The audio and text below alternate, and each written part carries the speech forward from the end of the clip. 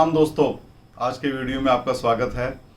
आज का हमारा चर्चा का विषय रहेगा जो हमने लोशु ग्रिड की श्रृंखला स्टार्ट की है कि 3 नंबर यदि आपकी जन्म तिथि में नहीं है, अर्थात आपकी जन्म तिथि में से 3 नंबर मिस है, तो आप पर क्या प्रभाव पड़ेंगे और आप मिसिंग नंबर की रेमेडी कैसे कर सकते हैं 3 नंबर की।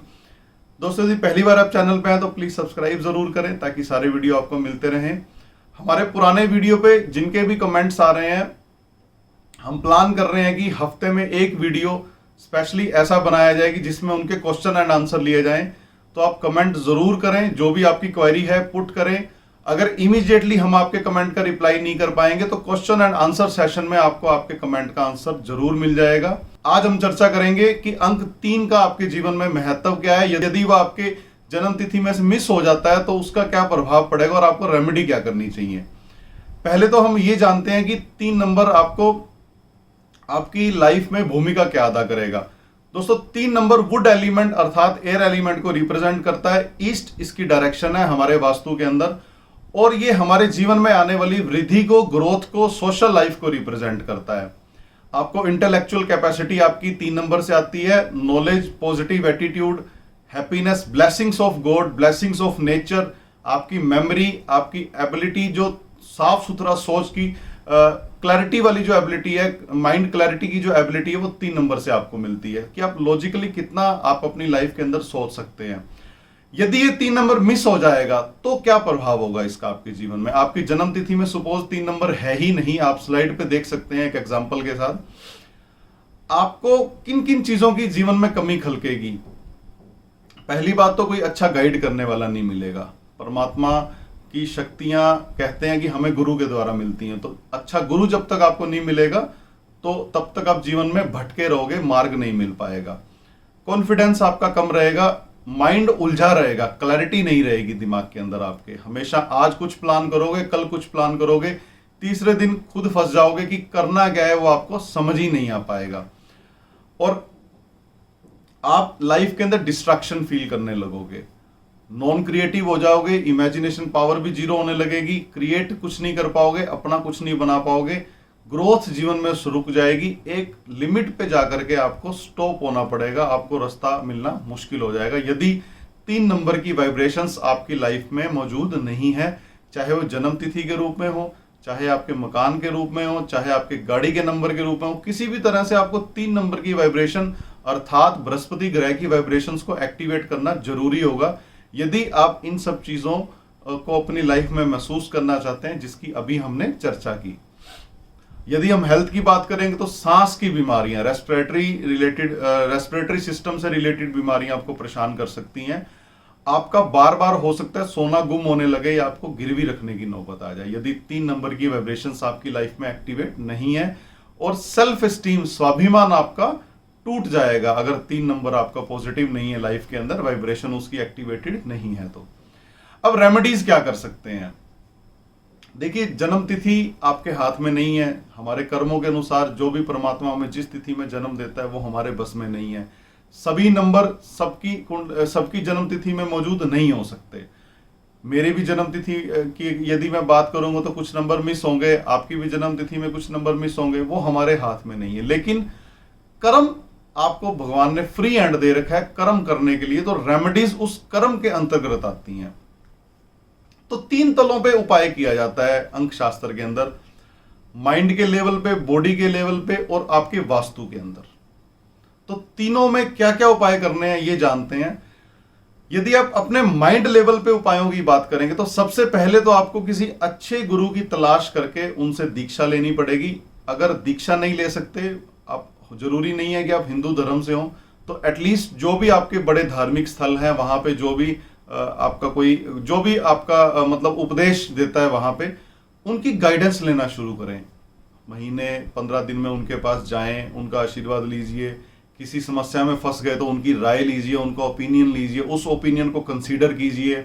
अपने घर में जो बड़े बुजुर्ग हैं उनके ओपिनियन को कंसीडर कीजिए। तो आपको जो 3 नंबर की वाइब्रेशंस थी लाइफ में, एक मार्गदर्शन की कमी जो खलक रही थी वो आपको मिलनी शुरू हो जाएगी और धीरे धीरे आपके ये सबकॉन्शियस लेवल तक ये चीजें जानी शुरू हो जाएंगी। और आपको निरंतर पीपल के पेड़ की थोड़ी बहुत सफाई करवानी चाहिए। थोड़ा बहुत जल देना चाहिए, ताकि धीरे धीरे जो बृहस्पति की ब्लेसिंग्स आपको मिलनी शुरू हो जाएं।